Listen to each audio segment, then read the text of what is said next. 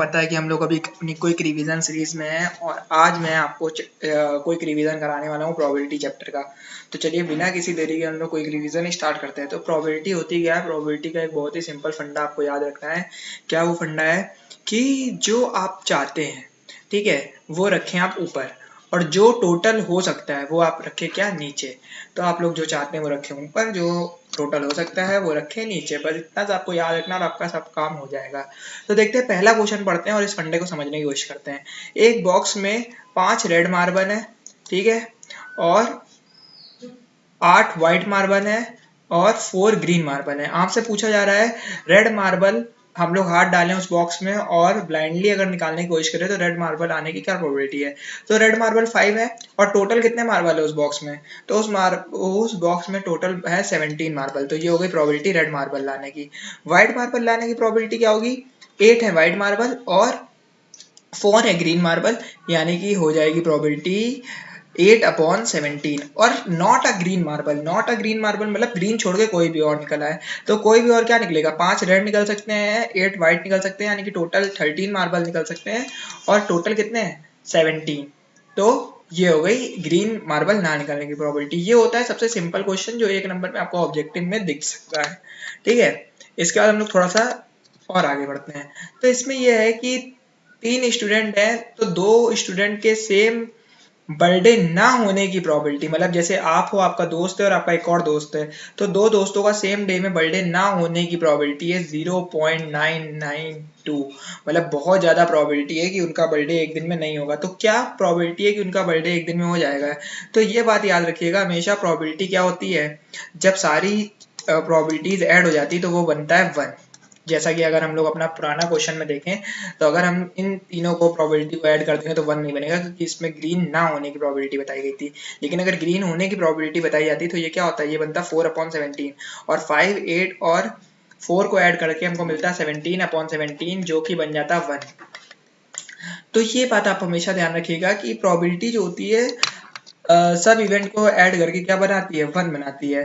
Probability percent, जैसे अगर मैं बोलूं कि आपका 50% चांस है, वैसे तो आप लोगों का 90 क्या 100% चांस है कि आपके बोर्ड में अच्छे नंबर आएंगे, लेकिन मैं अगर बोलूं कि आपका 50% चांस है कि आपके बोर्ड में अच्छे नंबर नहीं आएंगे, बहुत अच्छे नंबर आएंगे, तो आप कहोगे नहीं नहीं सर, 50% हमारा चांस है कि हमारे नंबर बहुत अच्छे नहीं, लेकिन क्या आएंगे?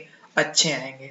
तो हमेशा जैसे परसेंटेज 100 पे कैलकुलेट किया जाता है, वैसे ही प्रोबेबिलिटी 1 पे कैलकुलेट की जाती है, प्रोबेबिलिटी परसेंटेज 100 पे कैलकुलेट किया जाता है। तो वैसे ही अगर एक हमको प्रोबेबिलिटी दी गई है 0.992, ये इवेंट ना होने की प्रोबेबिलिटी है, तो इवेंट होने की प्रोबेबिलिटी क्या हो जाएगी? 1 - 0.992, यानी कि 0.008। आई होप आपको ये कॉन्सेप्ट भी क्लियर हो गया होगा। हम लोग बढ़ते हैं अपने नेक्स्ट कॉन्सेप्ट की तरफ।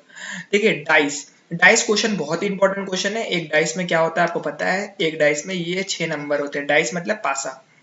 प्राइम नंबर होने की प्रोबेबिलिटी, तो प्राइम नंबर 2 है, 3 है, हमारे पास 5 है, तो टोटल इवेंट है 6 और प्राइम नंबर के लिए हो गया 3/6, क्योंकि 3 ही प्राइम नंबर है। उसके बाद है नंबर लाइंग बिटवीन 2 and 6, 2 और 6 के बीच में जो नंबर है, तो 2 और 6 के बीच में 3 है, 4 है और 5 है, तो इसकी भी प्रोबेबिलिटी हो गई 3/6। एंड ऑड नंबर, तो ऑड नंबर 1 है, 3 है, 5 है, तो इसकी प्रोबेबिलिटी भी क्या हो गई? 3/6। आप इसको काट के लिखेंगे तो और अच्छा लगेगा, ये मतलब कि 3 1 जा 3, 3 2 जा 6। सिंपल क्वेश्चन है, ठीक है। पासे वाला, एक और पासे वाला देखते हैं। 2 पासे फेंके गए, तो 2 पासे फेंके गए, ठीक है।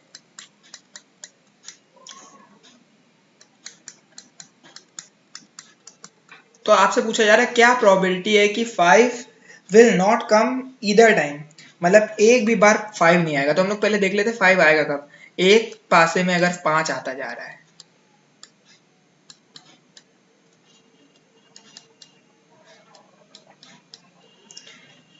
और एक ये वाला भी, ठीक है। एक तो ये कॉम्बिनेशन 6 बन गए, और क्या है? 1 के साथ 5 आ जाए, 2 के साथ 5 आ जाए, 3 के साथ 5 आ जाए, 4 के साथ 5 आ जाए, या फिर 6 के साथ 5 आ जाए।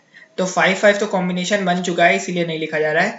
तो ये हो सकता है, यानी कि फर्स्ट पासे में ये आए, सेकंड पासे में ये आ जाए, या तो सेकंड पासे में ये आए, फर्स्ट पासे में आ जाए। यानी कि आप देख सकते हो 5 एक भी पासे में आने की प्रोबेबिलिटी कितनी है, मतलब 11 इवेंट ऐसे हो रहे हैं जिसमें 5 जो है या तो एक में या तो दोनों में ही है।